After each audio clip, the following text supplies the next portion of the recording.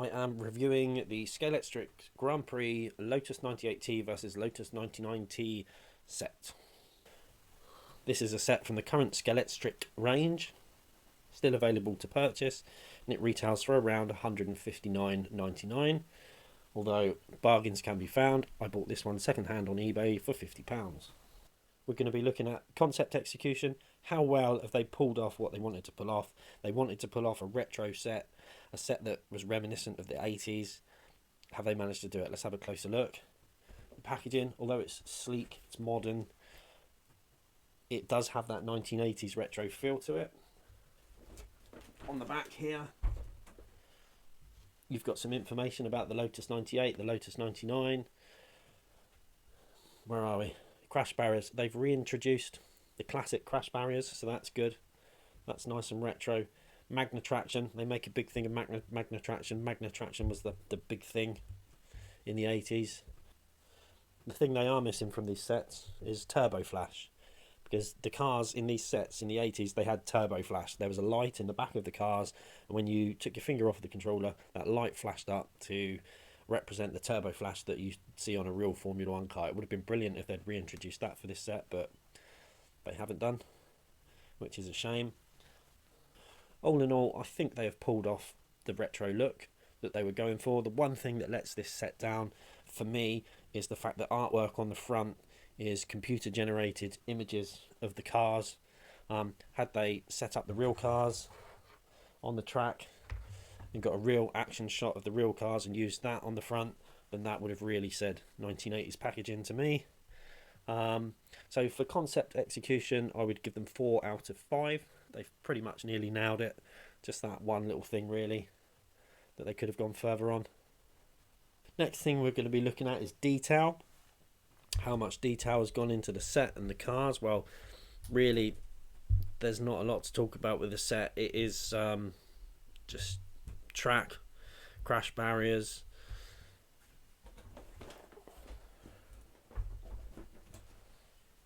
the real detail is in the cars. Now, normally in some set cars, the detail is quite basic. These cars are actually quite detailed. They've got good graphics on them. Nice detailing on the side of the radiators.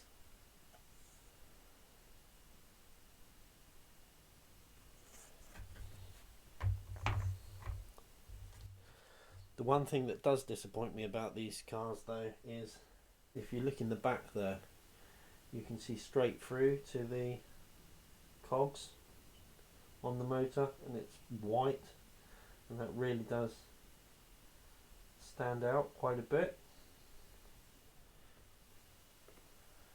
But if you look on the Lotus 97T, the one that they've released individually, you'll see that the cog at the back, they've used a black plastic, so you can't actually see the cog there.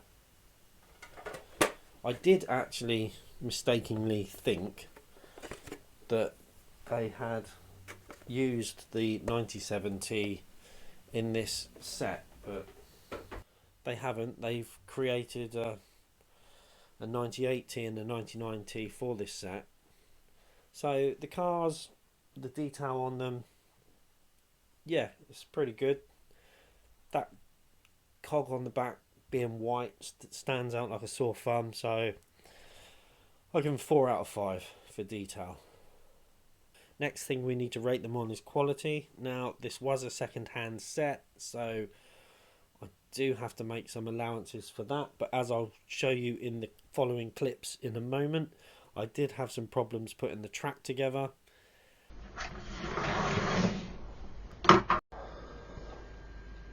It's like a wobbly tooth. The quality of the cars is what you would expect from Scalextric. Quality of the set is good. However, on the box, notice what it says by lap counter. Beat your opponent.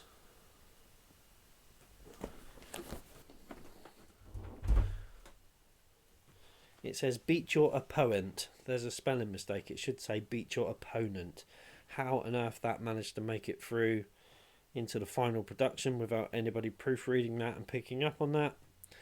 That's a bit of a strange one. So for quality, I'm going to give them 3 out of 5. Next up, performance. I'll show you some clips of the cars running.